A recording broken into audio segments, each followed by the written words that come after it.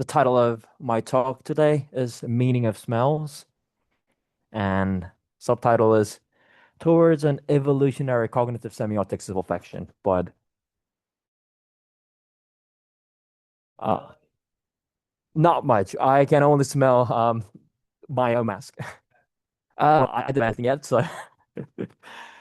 so also note that it's towards an evolutionary cognitive semiotics of olfaction. So this is more of a suggestion or a proposal for a research program, but not a definitive answer to any question yet. Okay, so I'll divide uh, my talk into three parts. First, I will briefly overview what smell is like, how we talk about smell and the system. And lastly, I'll discuss why we need zerousness, which a term I coined with respect to the person system of firstness, secondness, thirdness. So I'll start with a question: does smell exist? And there exists odorants, there are chemical molecules, and they're mind independently real if we are scientific realists, and they do cause phenomenological experience of smells, but they're not smells themselves. And there exists also chemosensory signal, but still they're not what we feel. That's not the subjective phenomenological experience itself. But there is a smell episode, which is a time-bound semiotic event. And that is how we feel smell. Smell is not brewed, but it's interpreted. There can be chemicals in the air, but we need to interpret it to feel the smell.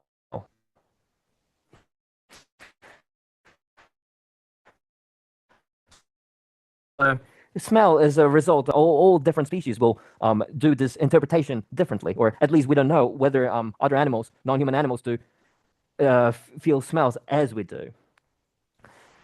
And then, in the history of philosophy, smell has often been either neglected or avoided. For example, Aristotle on Souls avoids discussing in detail about smells because they're difficult.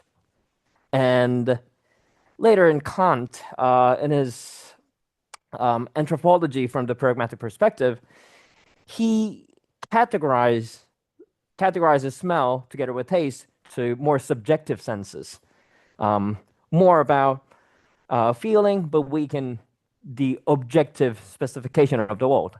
And this is not, and even today, there are very little literature, philosophical literature on smell. There was some increase in attention to smell during the pandemic, I would say, but still most of them were accidental rather than systematic.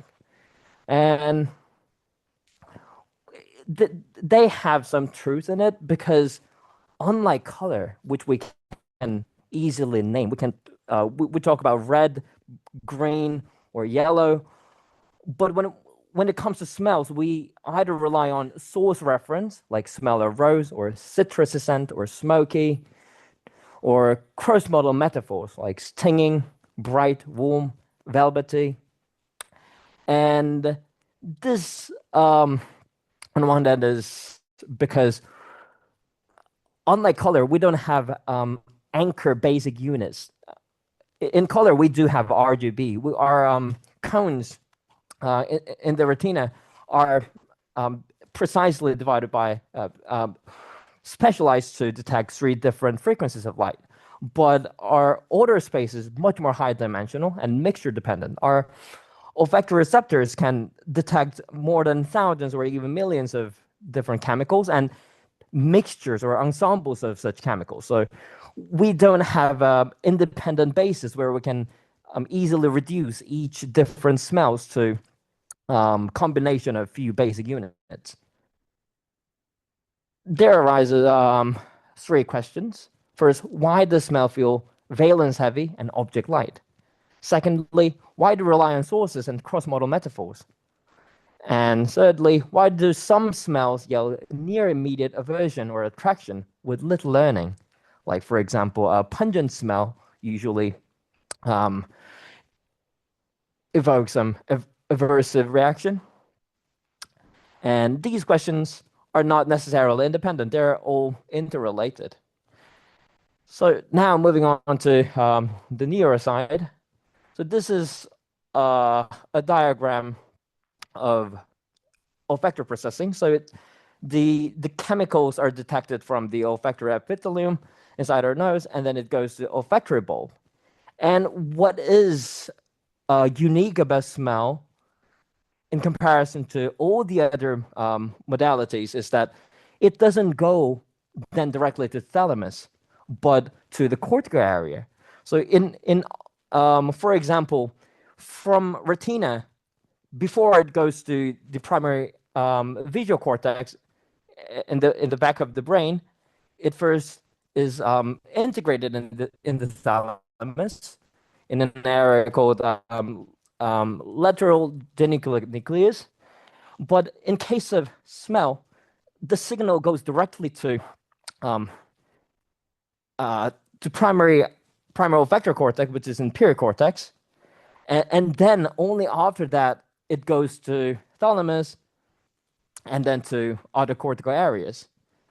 And also the location of olfactory cortex is right next to or in between amygdala and insula, which are both responsible for interoception and effect and fight or flight response and other more immediate valence fueled effect and feelings. And this uh, this implies that before we analyze the signals, we first feel it, or it is smells also go through some analysis and processing in thalamus and other cortical areas, but the order is different from other senses. And the piriform cortex groups features of complex mixtures into useful categories for action. So, in fact, our source reference is not exactly that we form an olfactory object in the same way we do with vision, but it's just a categorization. We just group different smells by their similarities, but it's not that we have a solid representation of some form that is comparable to visual objects in our head. And these mixtures are also nonlinear because they all interact. Different chemicals, or it's also context sensitive, and increase or decrease in different chemicals can also influence the sensitivity to other chemicals. So there is no convenient parameters where we can measure or categorize smells easily, as in RGB or the frequency in sound. And another interesting aspect of smell is that we actively sense it. We sniff. With vision, the only control we can have is closing our eyes or opening our eyes, or the attention shifting, which is not necessarily the most primitive control we have. But with smell, we do sniff dynamically and also unconsciously. Our sniffing responses are also influenced by our immediate reactions, and they modulate all the intensity, timing, and perceived quality. So, as a response to Kant's accusation of smell being subjective, there is a point because smell olfactory processing involves rapid recruitment of amygdala and insula, which yields early felt valence. And in a sense, we feel whether it's good or bad even before we know what it is. And the connection between orbitofrontal cortex and the mediodorsal part of the thalamus supports evaluation, categorization, and potential naming. but that only comes after we um, have the initial reaction in amygdala and insula. So this is a neuroscientific justification for why smells are valence first and object later. So the questions from part one is partially answered by part two. Um, okay, and now I introduce the the famous Persian trichotomies, and there's firstness, secondness, thirdness, and icon, index, and symbol, and of interpretants, immediate, dynamical, and final interpretants. They're all different, but they're all interrelated as well. But I'm not a expert. I don't claim so. So if I make in the later slides mistake in understanding Pers, I hope someone can correct me at the end of the presentation. And the symbol and thirdness is about the generality and habit. With the symbols are arbitrary, but Peirce explains it not just Peirce doesn't stop at saying that they are arbitrary, but they're the result of habit taking. We build our habits, and habits are the objects of symbols. And if we apply this framework to smell, the metaphorical description of smells can be deemed iconic because they're about the qualities, they're about the brightness itself, not the causal relationship to something else.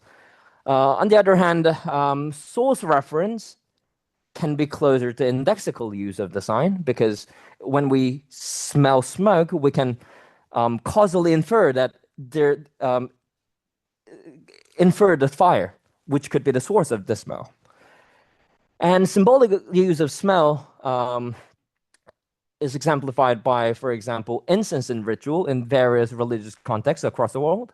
And they are communal habits. There is no necessary reason that certain smell from the incense should carry a religious meaning, but it's a result of habit taking. So then the puzzle is, where does this instant disgust, for example, belong to? They're they seem pre-categorical. They don't belong to any of these categories, but they are not brute. They are also a contingent response of humans, and they're fast, wide, and bodily. So Peirce later explains also habits in different modes or different registers. So earlier Kant discusses habits in terms of logical categories as objective symbol and as the ultimate logical interpretant, or in other words, the ultimate result of our interpretation is change of habit. That's how we build habit as an individual. But he also more explicitly in later works about cosmological level of habit making and habit taking, that nature itself also has the tendency to take habits, and habit taking itself by itself is a habit, and we also have inborn habits that in a way contradicts our common behavioral understanding of habits, because if it's inborn, it's just tendencies, not habits. But Peirce deliberately expands the use of the word habit. And I suggest that bridging these two modes, Peirce talk about habits, inborn habits are those learned at the species level and the one that underwrite fast shared interpretation for certain orders. So these are also habits, but instead of just saying that they are inborn and taking inspiration from Peirce's concept of nature having tendencies, we can think of these inborn habits as habits learned at the level of species as its own being, or species as in the nature itself. So these habits should belong to a new category or a new name. should bear a new name of zerothness. This is a phylogenetic habit constraint. So this is species typical dispositions in interpretation, and the bias which interpret and stabilize rapidly with little learning. And this is in contrast to thirdness, which pertains to habits shaped by us. They're ontogenetic, communal, conceptual. We learn the habits. But zerothness pertains to the habits shaped for us or shaped before us. These are the ancestral, multi-generational habits. They are phylogenetic, embodied, and affective. So this is, in a way, bridging early and later Peirce. Peirce was also not only a semiotician, but also a logician. So he seriously studied, for example, Boole's algebraic treatment of logic and commented and interacted actively with logicians of the time, British logicians, uh, not only British, but yeah. And early Peirce suggests a system or a systematic treatment of categories where things can be categorized into, or all things should belong to. This is akin to how, for example, Aristotle or Kant proposes their categories as a all-encompassing system. And in contrast, later Peirce is also a philosopher of nature and cosmologian. He talks about cosmology of habit taking and how the world itself can have its own habits, and tries to explain how there are certain tendencies, laws, and dispositions in the world. And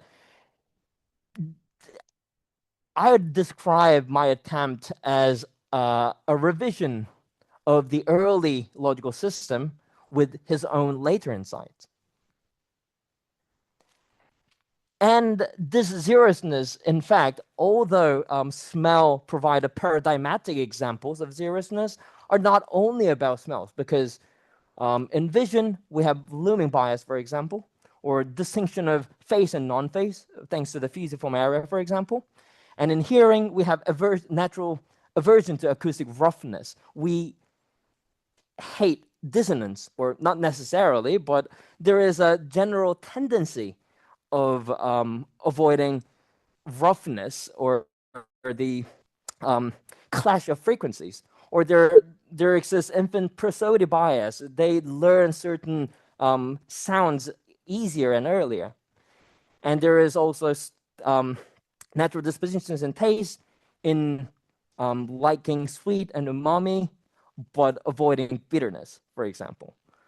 So this is a revision or proposal to revise the Peircean system to accommodate more truly multimodal semiotics, because um, each different modes of perception have their own phylogenetic histories.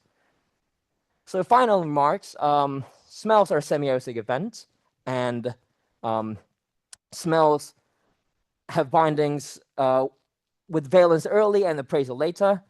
And as a remedy, I suggest zerousness. Thank you for listening, and I'm happy to take questions.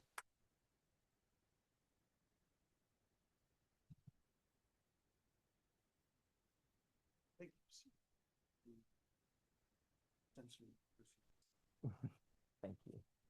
Respectively, I might hypothesize that an analog for zerothus within Peircean semiotics would be what he terms hypoiconous. Mm-hmm. Certain felt that round than the firstness, secondness, and thirdness. Mm-hmm. I see. I believe that Peirce, in fact, had most of the things I would need already in his writings, just didn't use this precise terminology or the systematic organization that I use, because I'm also somewhat aware of the fact that he was a proponent of Darwinian evolutionary theory, which was pretty new at the time. So it could be not a surprise that he already prepared for that.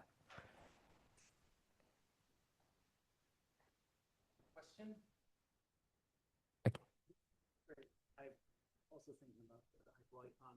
But actually, in some sense, I like this better. It's more intuitive.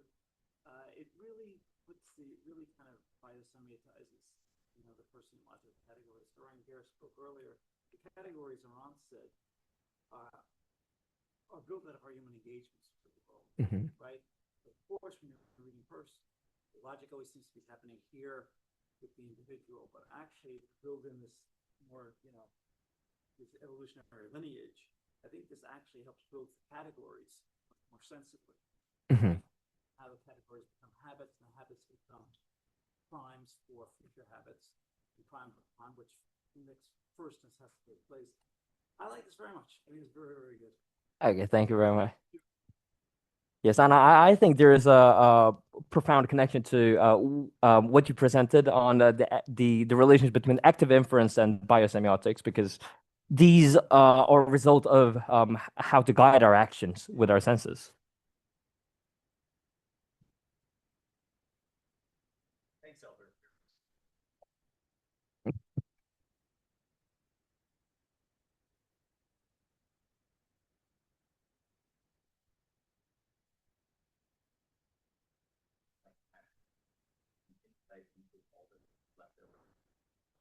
Metaphysics.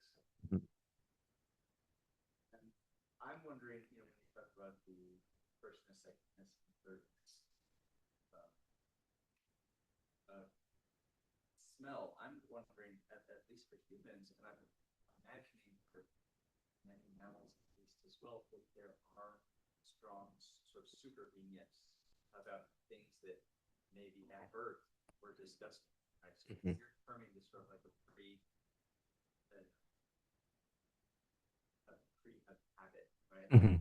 Um, but I think that those even can be shifted.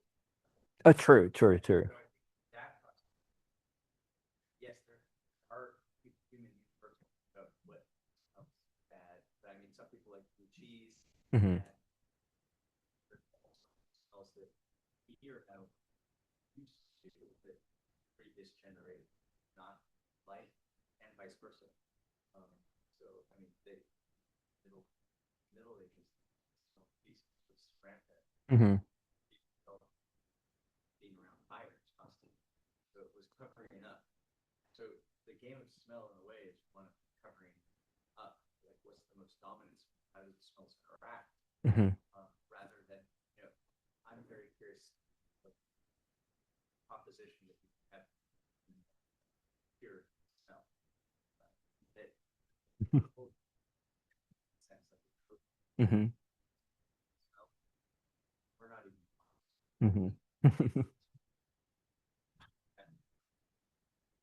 advanced in that. So I'm wondering for you how you see this sort of supervenience and subvenience of first and second and thirdness with smell Hmm. occurring sort of real time.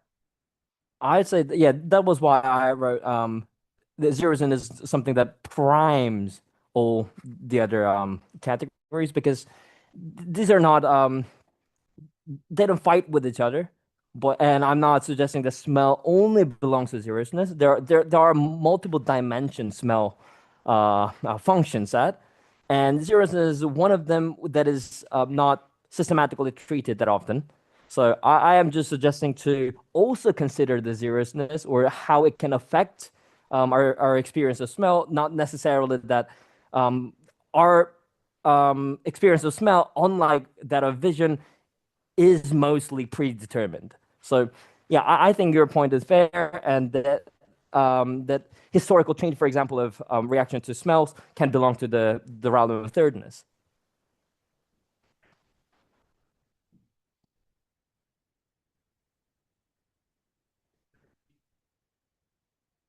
Oh, Yeah. growth. First, second, third. Yeah. Ah, Zero, zero. yeah. I think yeah, zeroisness would be more consistent with the first, second, and third.